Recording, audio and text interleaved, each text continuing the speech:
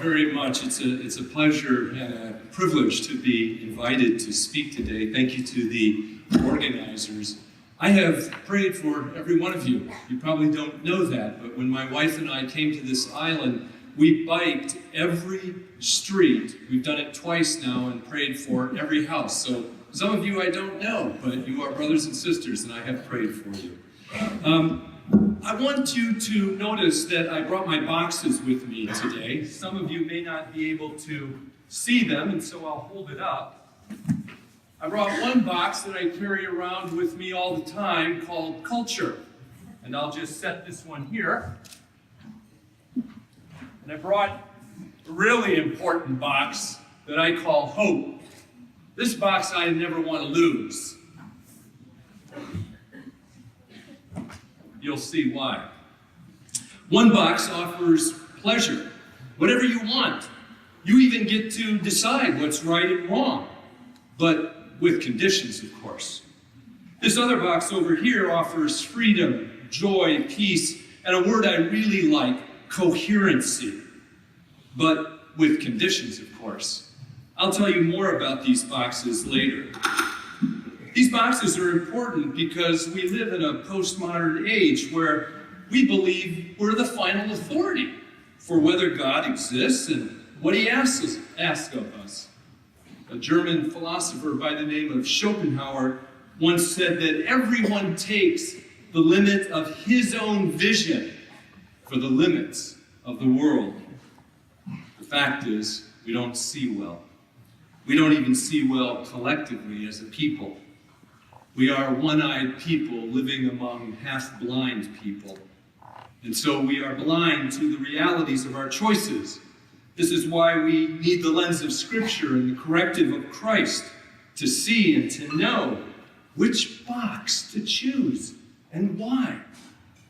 The prophet Habakkuk in chapter 1, verse 5, he said it this way, Look among the nations, wonder and be astounded, for I am doing a work in your days that you would not believe if told. Habakkuk started that sentence with the word look. He realized that vision is a bridge between the present and the future out there. Vision gives us purpose and direction. Those without vision spend their lives in the shallows, as Shakespeare said. But what happens when a new and radical vision changes your life? What then? There are things you don't expect to happen in your life.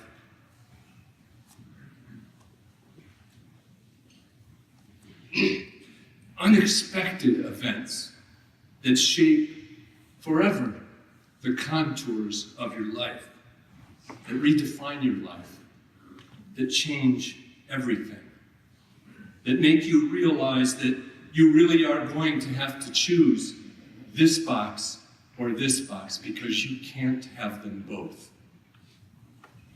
These boxes represent how we think, which is why I bring them with me everywhere I go. The most popular way is the way that the ancient Greeks thought, and we've inherited it, that we can reason, rationalize, and justify whatever we want. That's my culture box over here. We make ourselves the ultimate decision maker. It's a box of absolute autonomy, and it has its attractions, doesn't it? God becomes someone who thinks, chooses, acts, and likes exactly what we want. What an amazing coincidence. This other box over here, my hope box, well, that's the road far less traveled. It's God's way. It's his decrees for how we should live, even when we don't want to, even when it's hard to, even when it's not what we would choose at all. And so I will tell you about my story, not so much to hear about me, it's the last thing I want to talk about, but more as a window through which to examine your own journey and your own relationship with the God who created you in his image. So let me start. I was born in the middle of the last century, only 90 years after President Abraham Lincoln died. My father was that's actually true. My son told me that, and I had to go and check on it, and he was right, and I sent him to his room. My father was a 30-year career Marine Corps combat decorated infantry officer with 2 tours in Vietnam. My mother was an actress, writer, and pianist. After Vietnam, they divorced. And though we had a house, for the most part after that, us 4 children were abandoned. I remember standing in my parents' closet one night where no one could see me, crying. I was only 9 or maybe 10, it's pretty hazy now, and I was scared. I realized I was going to have to raise myself, my brother, and my 2 sisters. And believe me, I had no idea what to do. But over much of the next 9 years, we did it. We survived. I know what it is to have inadequate clothing, to be hungry, to be without heat or medical care. And more importantly, what it's like to be scared, to realize you had no adult to depend on, except for the other adults that God would send into my life. One example, God sent a next-door neighbor. It was 1963, and I think she sort of understood what was happening in our family. And she was a believer, and she took us to a little church in Alexandria, Virginia, where we lived. And she made sure every summer we went to that vacation Bible school. That's where I first heard about a God who cared about me. Did you know that God has a sense of humor? 30 years later, in God's perfect timing, I happened to track down that next door neighbor because I wanted to thank her. She had just been diagnosed with breast cancer, and I had just been appointed to the Mayo Clinic. And so we brought her up to our house in Rochester, Minnesota, and I got her appointments with the best oncology colleagues I had as she got the treatment she needed for breast cancer. 50 years after that Bible vacation school experience, I would meet here on this island one of the pastors who was there when I was 9. And that pastor was Pastor Chuck Snyder, who's here with us, I believe, today. There he is.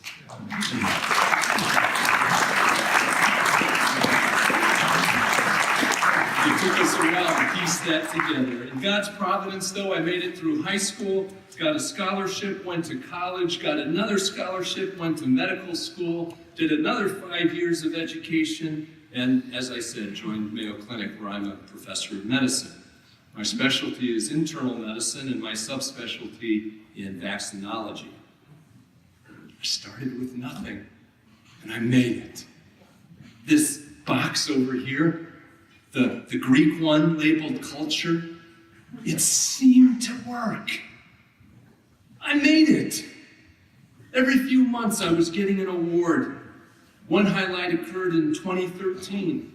I was selected by the Mayo Clinic Board of Trustees as the top physician out of the 4,000 in our system. And I was, as I jokingly call it, benighted, the distinguished investigator of the Mayo Clinic, I think through a series of mistakes, frankly. I was given an endowed professorship, travel, and more money than I knew how to spend on my research.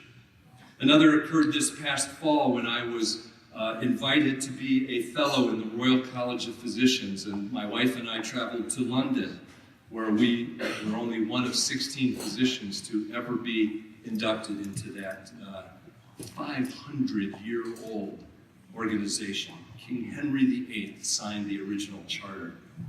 I published over 600 scientific papers, 58 books and chapters, received awards, and spoke all over the world.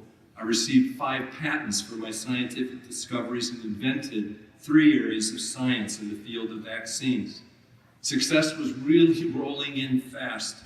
I was appointed president of the Armed Forces Board and then of the Defense Health Board by the White House to advise the Secretary of Defense on the health needs and threats to our military personnel. Among other things, some of which we can talk about, I rewrote our military's bioterrorism countermeasures, for which Secretary Rumsfeld, as Todd mentioned, awarded me the Secretary of Defense Medal for outstanding public service. I was interviewed regularly. You can check Google, but not now, by every major TV and print media you can name.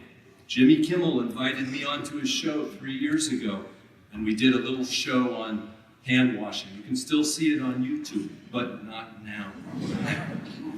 Another highlight, one day the Mayo operator paged me. It was the White House calling. Right, this was one of my friends pulling a justly deserved prank back on me.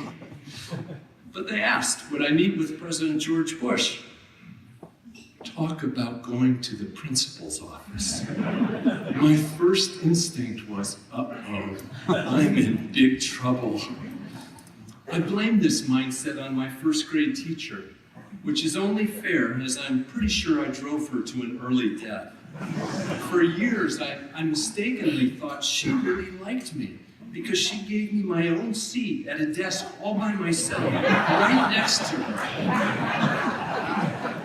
Well, I thought for about 1 second and said yes. So in 2004, I had the immense pleasure of meeting with President Bush to brief him on an important health issue for the nation.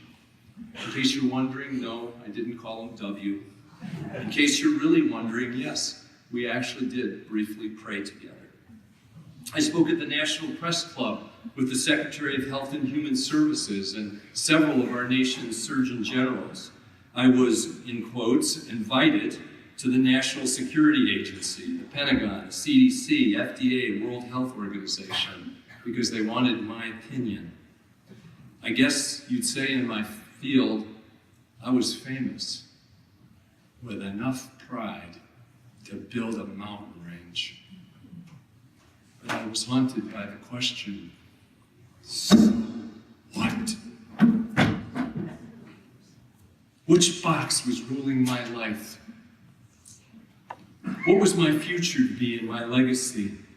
I'd been a believer for years, but I'd been hearing a whisper, an insistent tug to go into ministry for 7 years, to be obedient to God, to call all of us back to biblical Christianity, not cultural Christianity, but the radical call of biblical Christianity.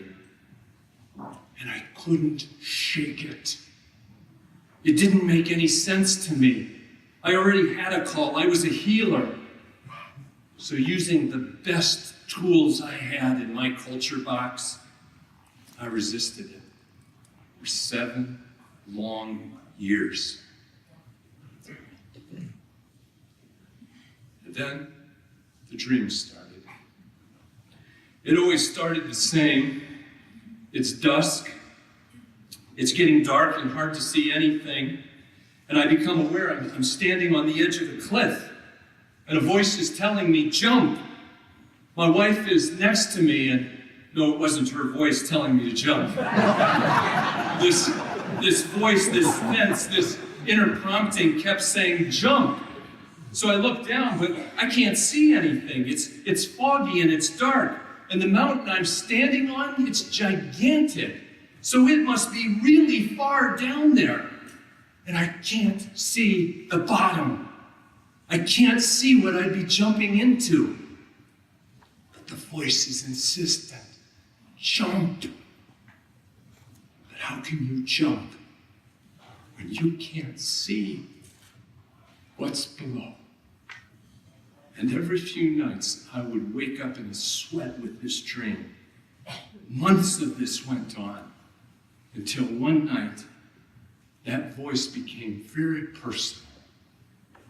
I noticed it right away, because the voice said my name.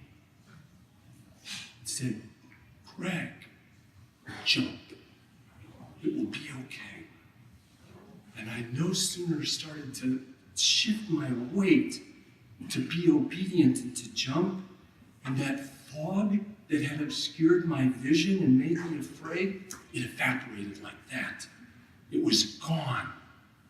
And I realized that all the fear, even the cliff that I was standing on, was really a mountain of my pride and my stubbornness. Fearful, I'm embarrassed to tell you, fearful of placing all my trust in that voice. I could literally no longer resist this call. Interestingly enough, my dear wife knew and embraced this call even before I did. So if you can imagine, especially from a prideful person who grew up with a scarcity mentality, I told them I was retiring from Mayo Clinic, leaving to go into ministry.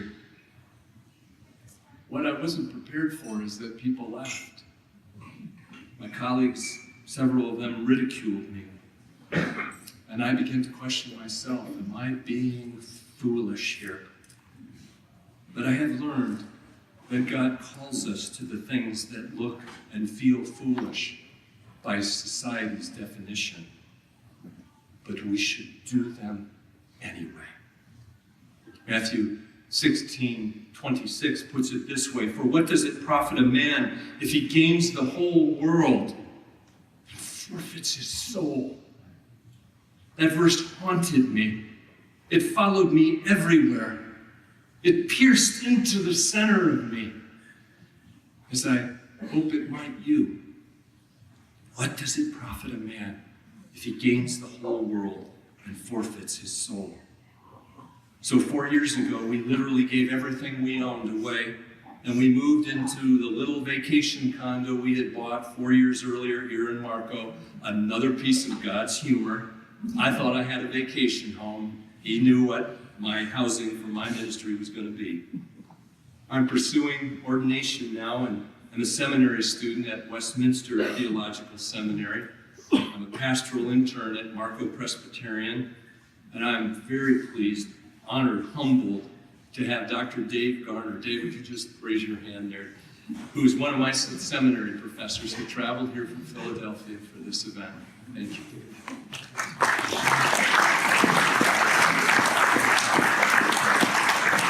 It has been more than humbling to go from professor to student, I'll tell you that.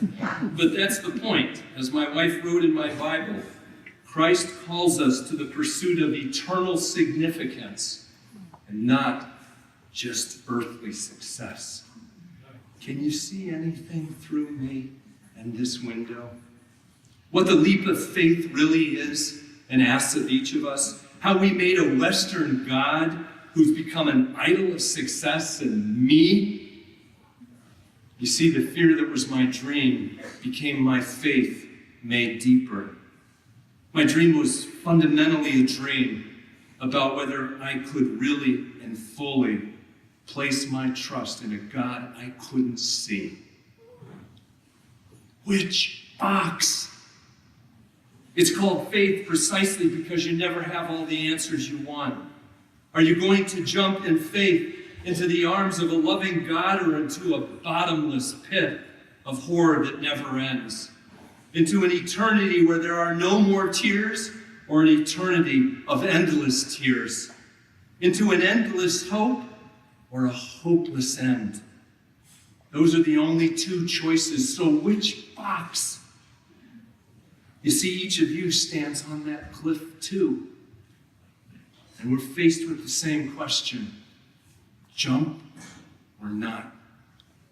Trust God or not? Which box? Kierkegaard said the believer acts and risks much on incomplete information.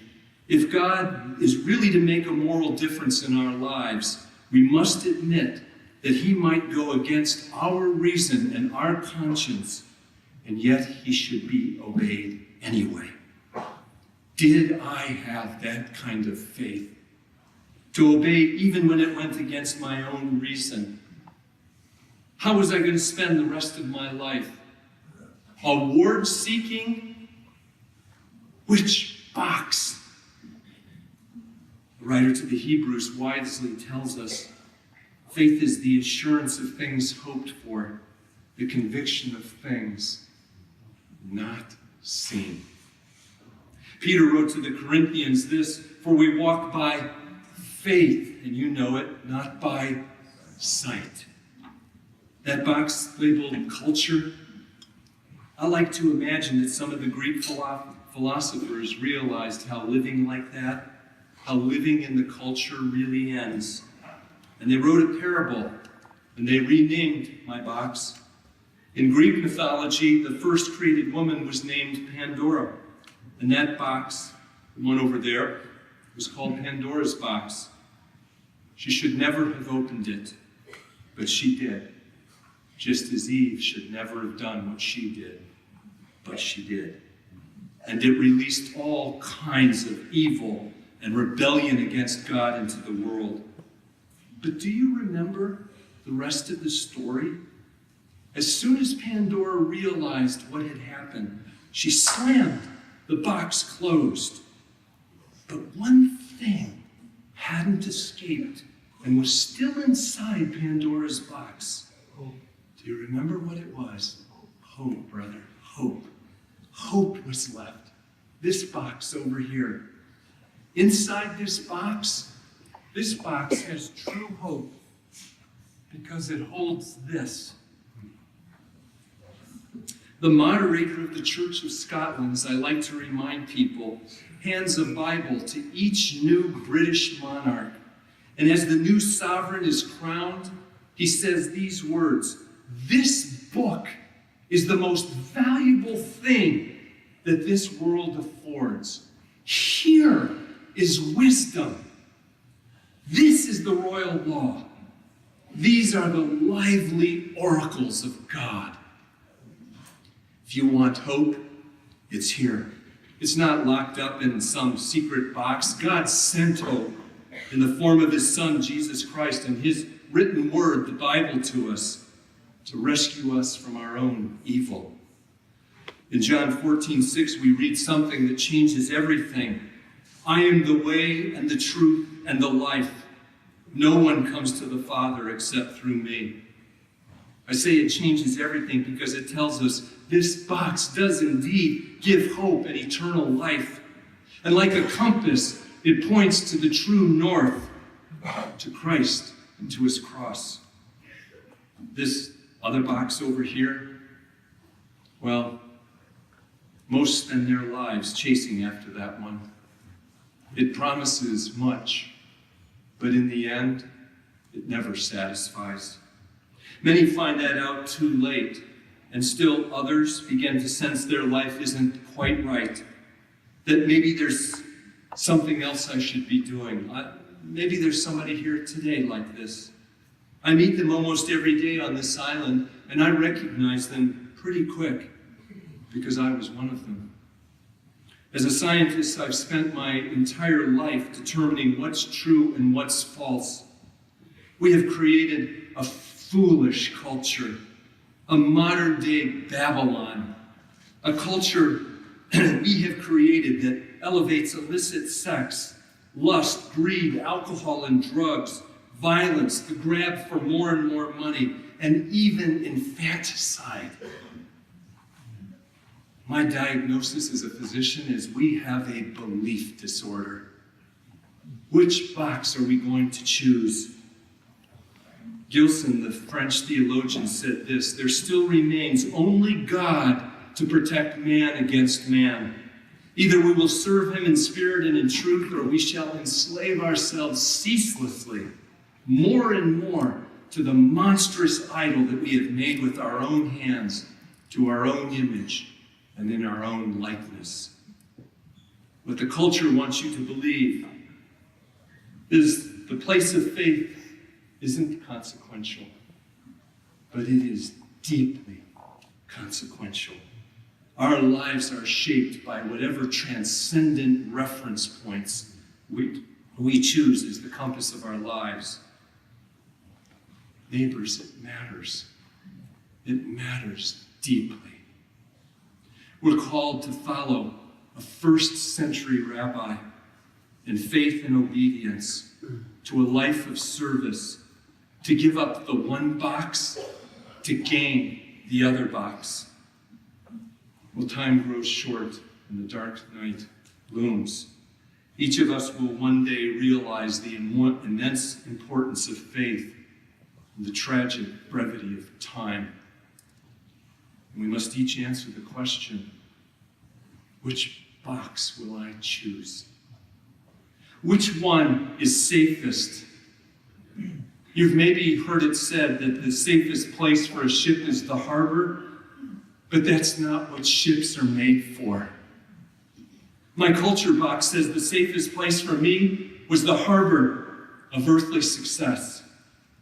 But what I have learned is that's not what I was made for.